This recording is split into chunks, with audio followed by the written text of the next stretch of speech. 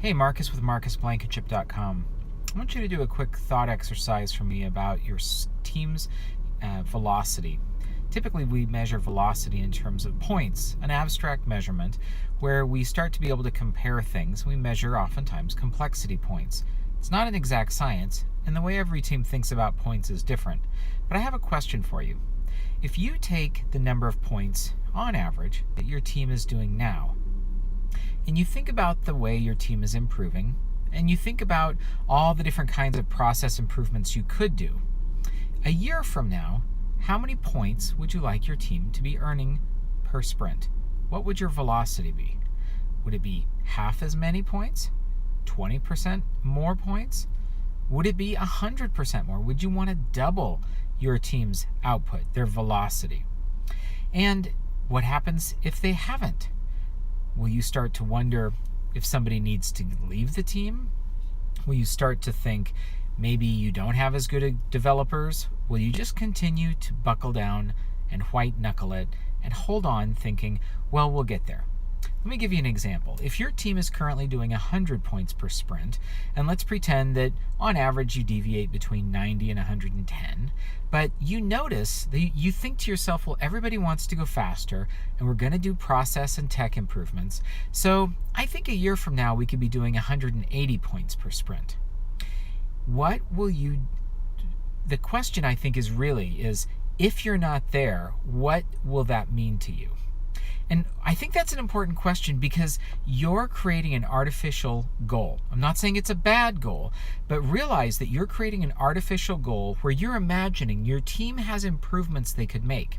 And the very best your team probably could do is to be 180 points per sprint. My guess is if you were to get to 180, you would probably not be completely satisfied that your team was doing all that they could.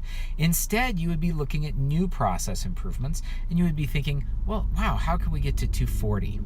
There's always more that we could imagine we want out of a process. But I'd like to sort of put out there that this kind of thinking has a really dark side to it. The dark side to it is, what if we start to punish development teams when they don't meet our expectations of where they should get in the future? If we start to set up negative feedback loops by which there are consequences, and maybe you're even doing this now a little bit, we have to have some hard conversations if we're not hitting our sprint commitment, if we're not at the same number of points or more than we were last time.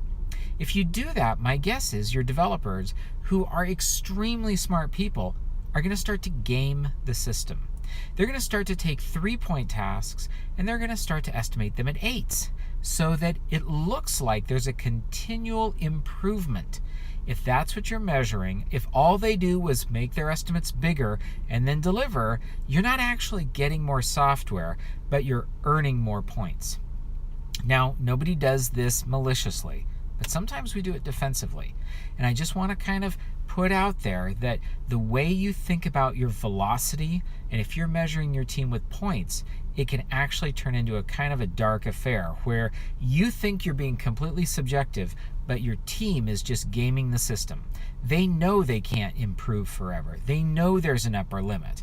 And I think rationally you know that too, but start to ask yourself, what do I think the upper limit is? And then talk with your team. Maybe start to have conversations about how you use these points, why you use these points, and what value they really give. I'm not saying they don't have value, but I do think that a lot of managers step in and say, we're going to measure with points, get your burn down charts set up, and now we've got the perfect way to show that software is making progress through our system.